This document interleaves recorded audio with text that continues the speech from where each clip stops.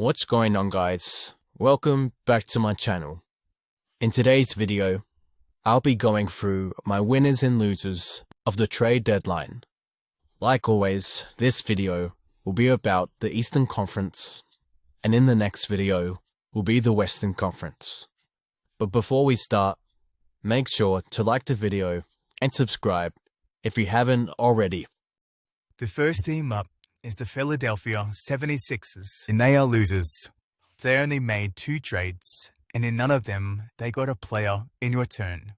The first trade was where they sent Jared McCain to the Thunder for a Rockets 2026 first-round pick, which won't be valuable at all with the Rockets being a playoff team, and 3 second-rounders. They also made a very minor trade where they sent Eric Gordon and a second-round pick to Memphis. This trade made more sense. It allowed Philly the flexibility to sign Dominic Barlow to a standard contract. I get trading away McCain gives them more of a chance to extend Quentin Grimes, but they better hope they're able to extend him. With Paul George's suspension and trading McCain away, the Sixers depth chart looks extremely shallow. The new look Sixers lineup looks like this: Tyrese Maxey at point guard, VJ Edgecombe as shooting guard, Quentin Grimes as small forward, Dominic Barlow at power forward, and Joel Embiid at center, with Kelly Oubre, Justin Edwards, Adem Bona, and Andre Drummond off the bench, with Trendon Watford and Jabari Walker fighting for rotational minutes. Moving on to the Milwaukee Bucks, and they are also losers. Probably bigger losers than the Sixers. For most of the time leading up to the deadline, we all thought, and I'm pretty sure they also thought, they were going to trade Giannis. But for whatever reason, either they or Giannis decided to backflip and keep him in Milwaukee. If we're going to keep Giannis, you have to put him in a position to be able to win, and they have not done that whatsoever. The first trade they made was where they sent Cole Anthony and Amir Coffey to the Suns for Nick Richards and Nigel Hayes-Davis, who they later waived. They also rerouted Nick Richards to Chicago for Ousmane Dieng. I wasn't a fan of the trade at first, trading 2 real depth pieces in Cole Anthony and Amir Coffey for Hayes-Davis, who they released, and Nick Richards, who's a decent player, but the center position is the one position they have depth in. I don't mind them taking a swing on Dieng. When you don't have the talent other teams have, you have to take swings like they have, and it seems like it's worked out in their favor. Their new look lineup looks like this: Ryan Rollins at point guard, Cam Thomas as shooting guard, Kyle Kuzma as small forward, Giannis at power forward, and Miles Turner at center, with Kevin Porter Jr., Gary Harris, Gary Trent Jr., AJ Green, Bobby Portis, and Ousmane Dieng off the bench. Not trading guys like Kuzma and Bobby Portis could become costly come playoff time, even more so if they don't make it to the playoffs. The next team up is the Chicago Bulls, and once again, they are losers. The Bulls were one of the most active teams during the deadline, selling most of their assets. But what they got back for those assets were very underwhelming. The first trade they made was where they got involved in the trade that sent DeAndre Hunter to Sacramento, where they sent Emmanuel Miller to Cleveland for Dario Saric and 2 second-round picks. They then were involved in another 3-team trade, where they sent Dario Saric and Kevin Huerter to Detroit for Mike Conley and Jaden Ivey. I do love this trade for them. One of the only positives of their deadline was acquiring a guy with really high upside in Ivy. And all they had to give up was Kevin Huerter, who was very expendable, and Dario Saric, who was a pool for a couple of days only. They then sent Nikola Vucevic and a second roundup to Boston for Anthony Simons and a second of their own. If they traded Vucevic a couple of years earlier, like they should have, they could have gotten a lot more than Simons. But he is an expiring contract, so they won't have to deal with him next year. They then made a baffling trade where they sent Kobe White and Mike Conley to the Charlotte Hornets for Colin Sexton, Ousmane Dieng, and 3 future second-round picks. Trading away a young staple of your team for 3 second-rounders, which are pretty much worthless. Colin Sexton, who's off contract at the end of the season, so it's highly unlikely they're able to get anything for him. And Ousmane Dieng, who I'll get to shortly. This makes no sense, but it is the Bulls, so I guess it does make sense. They then made a pretty minor trade, where they sent Dalen Terry to New York for Guerschon Yabusele. This is the slight wing for Chicago. Yabusele is a better player than Terry, but it doesn't do much other than that. They then traded Ayo Dosunmu and Julian Phillips to Minnesota for Rob Dillingham, Leonard Miller, and 4 more second-rounders. This trade isn't as bad as the Kobe White trade. They still got 2 young players in return, but not getting a first-round pick is still mind-blowing. The last trade they made was the most Chicago Bulls trade of all time, where they traded 22-year-old Ousmane Dieng for Nick Richards, who was 6 years older, straight up. I get at the time Dieng didn't break out like he has now, but they should be acquiring the young talent, not trading them away. The new look Bulls lineup looks like this: Josh Giddey at point guard, Anthony Simons at shooting guard, Isaac Okoro as small forward, Matas Buzelis at power forward, and Jalen Smith at center, with Jaden Ivey, Colin Sexton, Guerschon Yabusele, Patrick Williams, and Zach Collins off the bench, with Rob Dillingham, Trey Jones, Leonard Miller, and Nick Richards fighting for rotational minutes.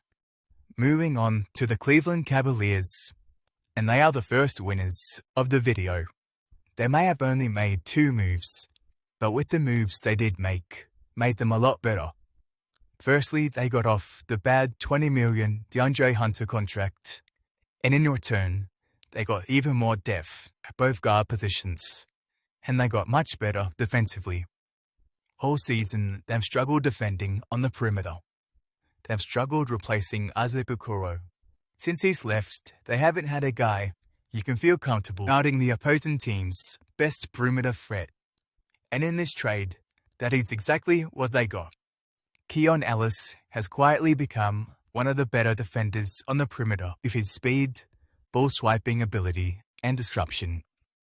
They also got another pesky defender with the addition of Dennis Schroeder. The other trade they made was trading Darius Garland and a second-round pick. It seemed risky at the time, but after a couple of games of Harden in Cleveland, it seems like a great fit.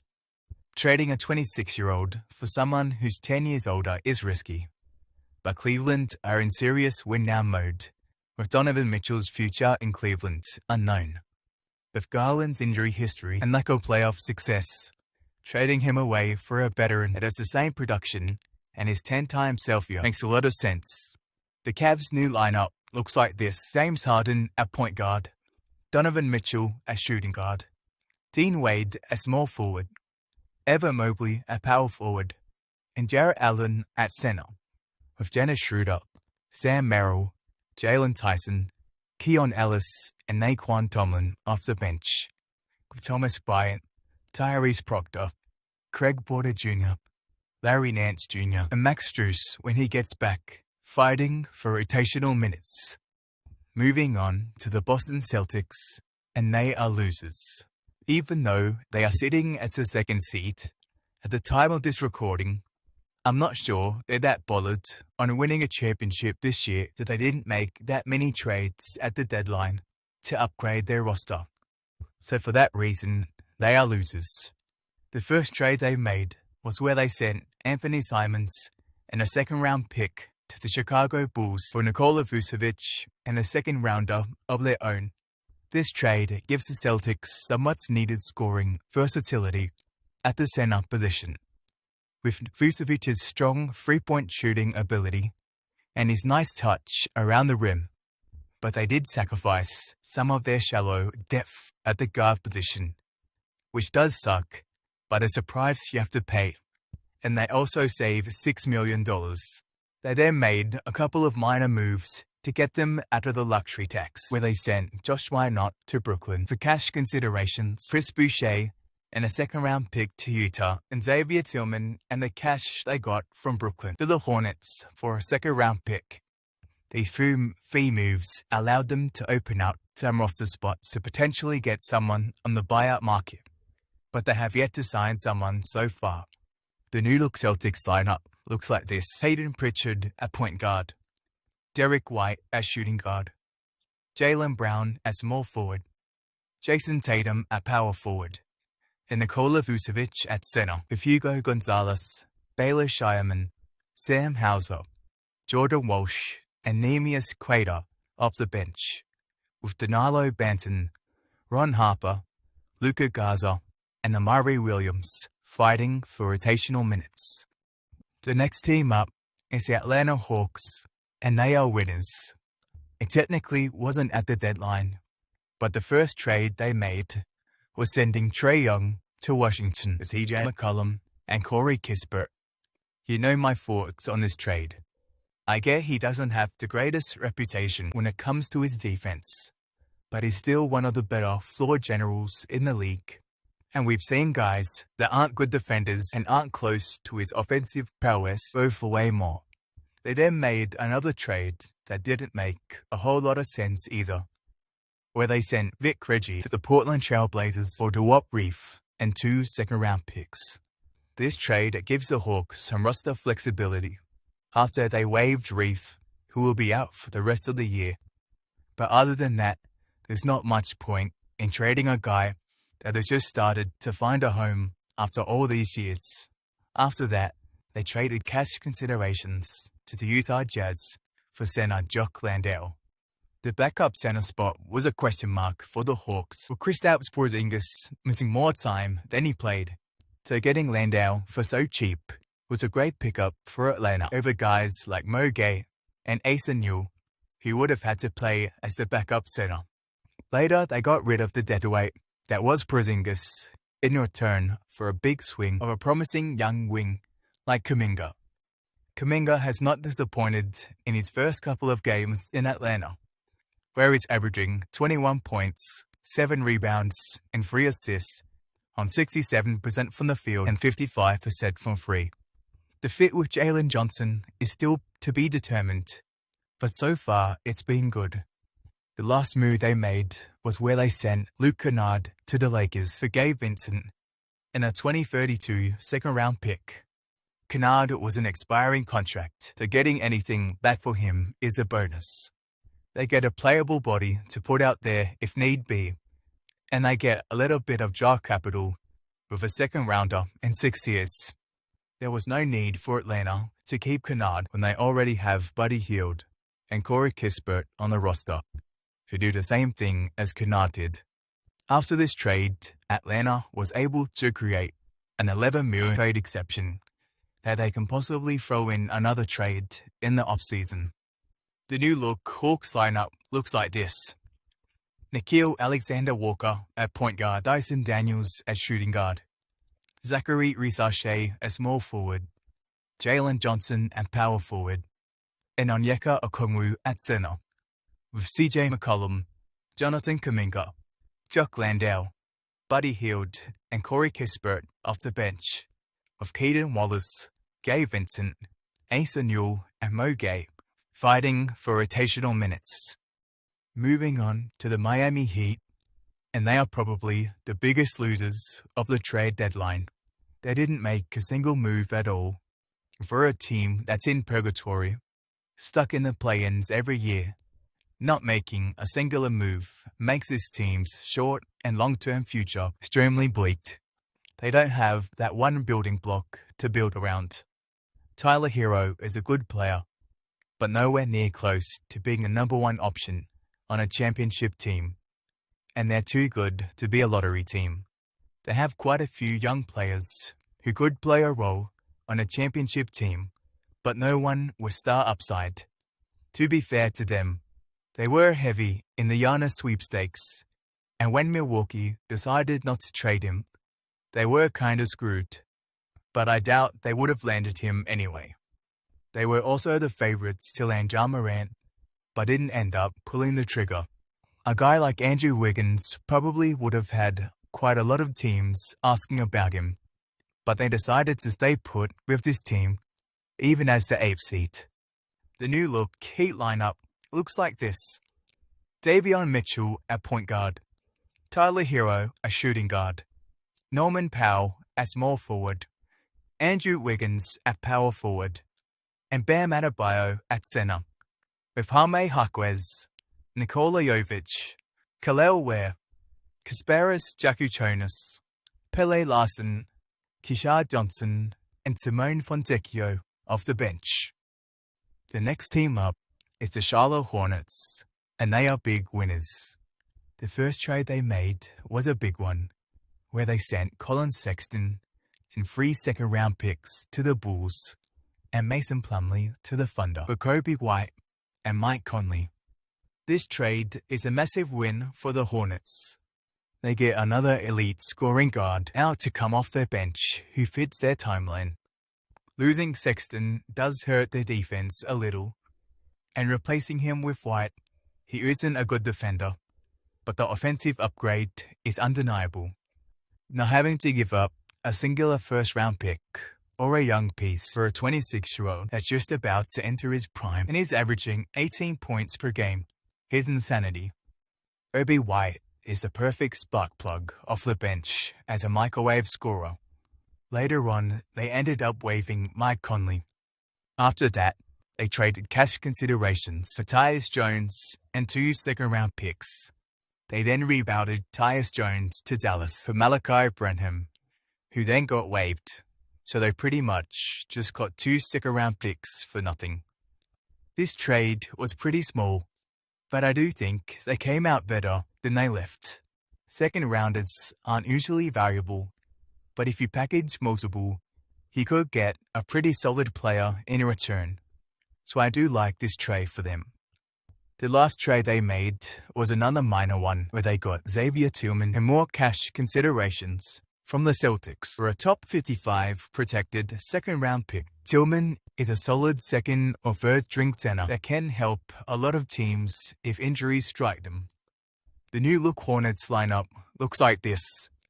LaMelo Ball at point guard, Con Knippel at shooting guard, Brandon Miller at small forward, Miles Bridges at power forward, and Musa Diabate at center with Kobe White, Trey Mann, Sion James, Ryan Kalkbrenner, Grant Williams, and Tidjane Salaam off the bench, with Josh Green, Pat Connaughton, and Xavier Tillman fighting for rotational minutes.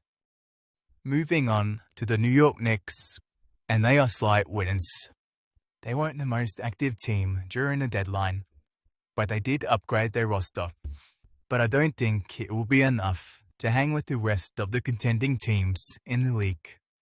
Their first and only trade was where they sent Gershon Yabusele to Chicago, Dalen Terry, who they got the day before from the Bulls, 2 second-round picks, and cash to the Pelicans for Jose Alvarado. This trade definitely helps out the Knicks, not only their depth, but also their defense. Alvarado has been a great defender since entering the league in the 2021-22 season, with his elite anticipation and instincts. Relentless ball pressure. He picks up ball handlers from 94 feet away from the basket for 48 minutes a night. He uses his quick hands to steal the ball. He has a high defensive IQ. He has low toughness and energy, even though he's undersized at only 6 foot. And most importantly, he's a great point-of-attack defender.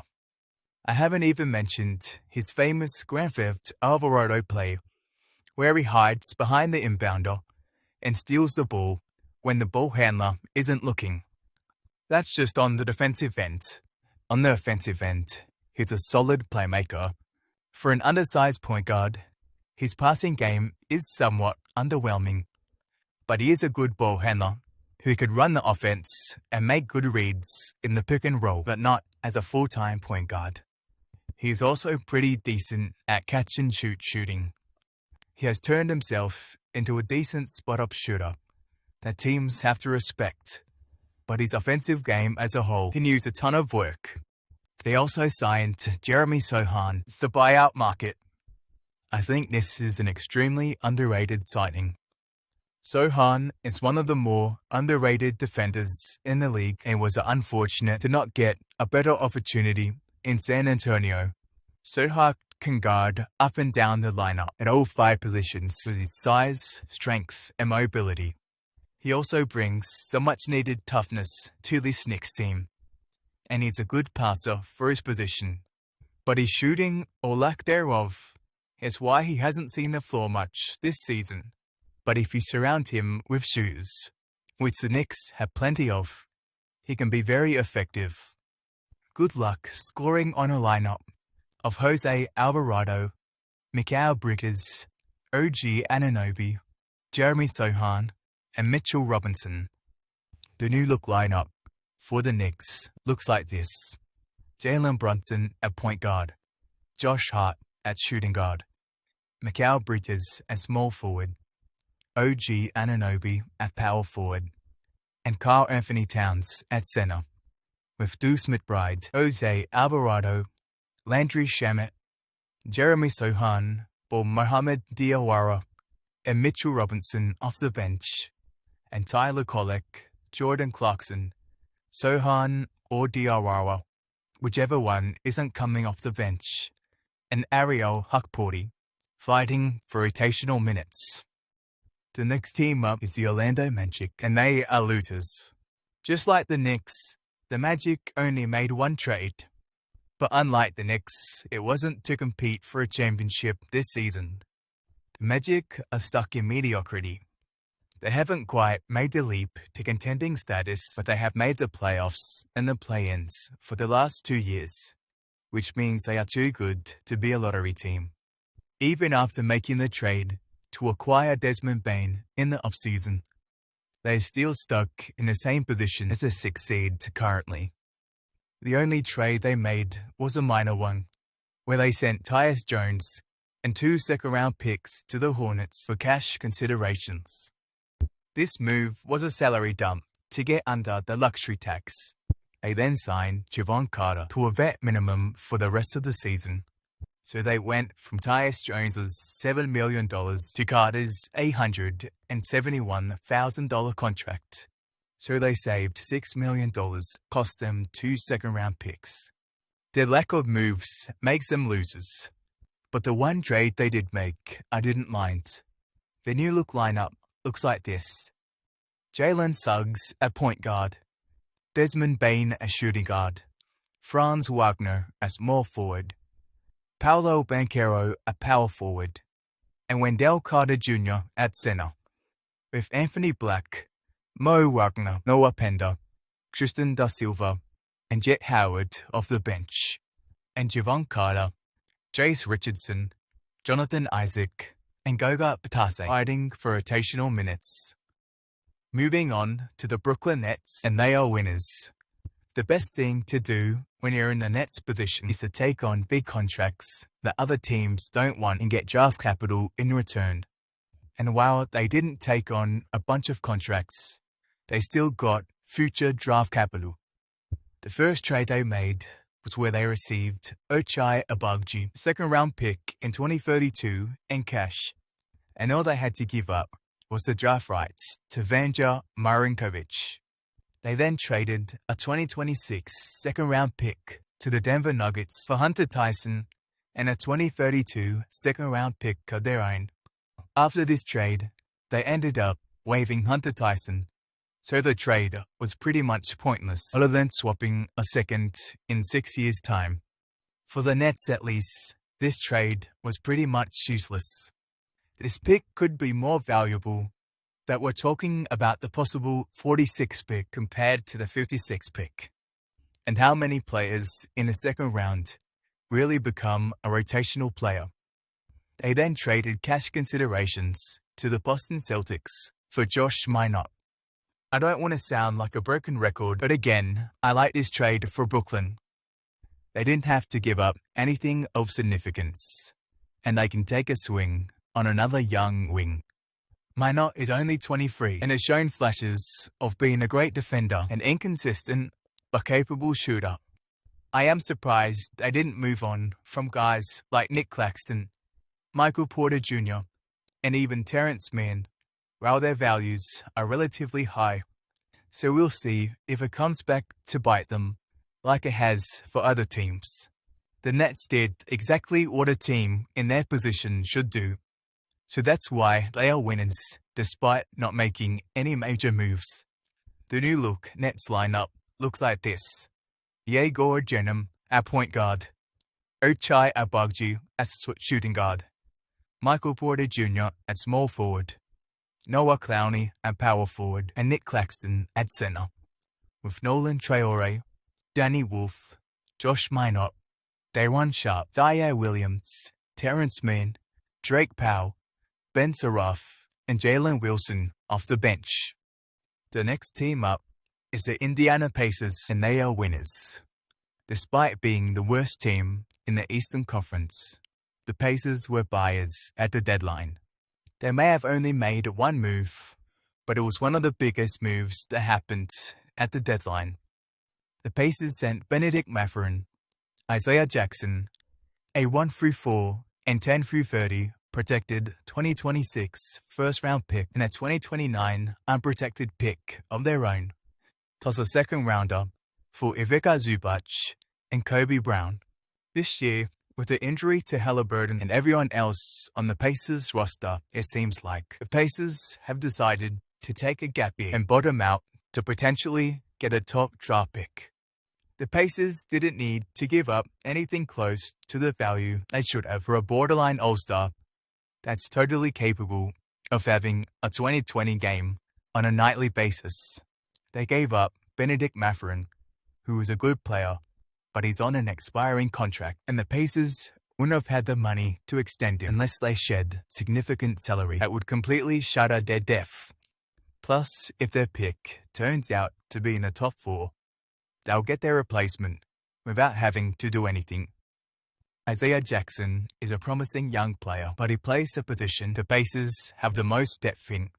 The protected pick this year heavily favors them.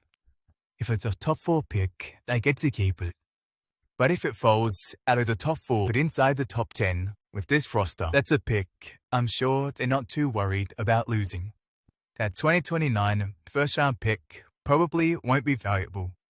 But the Pacers being a finals team last year, when healthy, and will possibly be a finals team again in that time frame, and a second-round pick is something they won't care about at all. Zubac is one of the best rollers in the league in the pick-and-roll situation. He has great efficiency when shooting the ball, and is one of the better defenders in the league and also a rebounding machine. He looked like an all-star last year when he had one of the best floor generals sitting him up, and I can only imagine what Halliburton can make him look like. They also get to add Kobe Brown to the list of their young core of Andrew Nembhard, Jarris Walker, Ben Shepherd, Johnny Furphy, Quinton Jackson, Cam Jones, and a potential top 4 pick. The new look Pacers lineup looks like this. Tyrese Halliburton when he's back at point guard, Andrew Nembhard at shooting guard, Aaron Nesmith at small forward, Pascal Siakam at power forward, and Zubac at center, with TJ McConnell, Ben Shepherd, Obi Toppin, Jarris Walker, and Jay Huff off the bench, with Micah Potter, Quinton Jackson, Kobe Brown, Johnny Furphy, and Cam Jones fighting for rotational minutes. Moving on to the Detroit Pistons, and they are losers. They didn't do much at the deadline, and I get why. They've pretty much had the first seed locked up all season, so not wanting to compromise this team and ruin team chemistry does make sense. But being the first seed, you think they'd want to contend for a title this season. And the way this offense is currently constructed, I don't think they come out the East, let alone win a championship this year. Their offense is way too reliant on Cade Cunningham, and when he goes out, their offense struggles mightily. But no doubt, their elite defense can win them at least one playoff series. Moving on to the moves they made. They sent Jaden Ivey to the Bulls for Kevin Huerter, Dario Saric, who was shortly waived, and a 2026 first-round Minnesota pick swap. Giving up on a young 24-year-old Ivy when he's one of the only guys that can create their own shot, this doesn't make sense. I get he was struggling since coming back from that gruesome lower leg injury last year, and he wasn't the greatest fit next to Kate. But you're telling me you couldn't have gotten more from someone that was the 5th overall pick just 3 years ago. I like the addition of Kevin Huerter. The Pistons desperately need more shooting, but shooters need someone to set them up, and with the Pistons' lack of guards that are great playmakers, Huerter could struggle. I would have had way more confidence had they traded for someone like Kobe White or Anthony Simons, who seemed to go for pretty cheap. The new-look Pistons lineup looks like this: Cade Cunningham at point guard, Duncan Robinson at shooting guard, Asar Thompson at small forward, Tobias Harris at power forward, and Jalen Duren at center, with Dennis Jenkins, Kevin Huerter, Ron Holland, Isaiah Stewart, and Paul Reed off the bench, with Marcus Sassock, Karis LeVert, and Javonte Green fighting for rotational minutes. The next team up is the Toronto Raptors, and it's pretty hard to say if they are winners or losers. They didn't do much at the deadline other than make a few marginal moves around the edges, but with their surprisingly positive season, there wasn't much need to upgrade the roster. They've still got a pretty young team, and I don't think their championship window has opened yet, so there's not much pressure on them coming into the postseason. The first trade they made was where they sent Ochai Agbaji, a second-round pick in 2032, in cash to the Nets for Chris Paul, who they later waived as part of a 3-team trade involving the Clippers. This trade allowed the Raptors to shed salary and get out of the luxury tax. The second and last move they made was one where they upgraded their center depth, where they sent a 2026 second-round pick to the Golden State Warriors for Trayce Jackson-Davis. When it comes to third-string centers, you can't really get any better than Jackson-Davis. Trayce does everything you want your big man to do. He protects the rim, rebounds, and catches lobs. And only giving up a second-rounder for him is a win for the Raptors.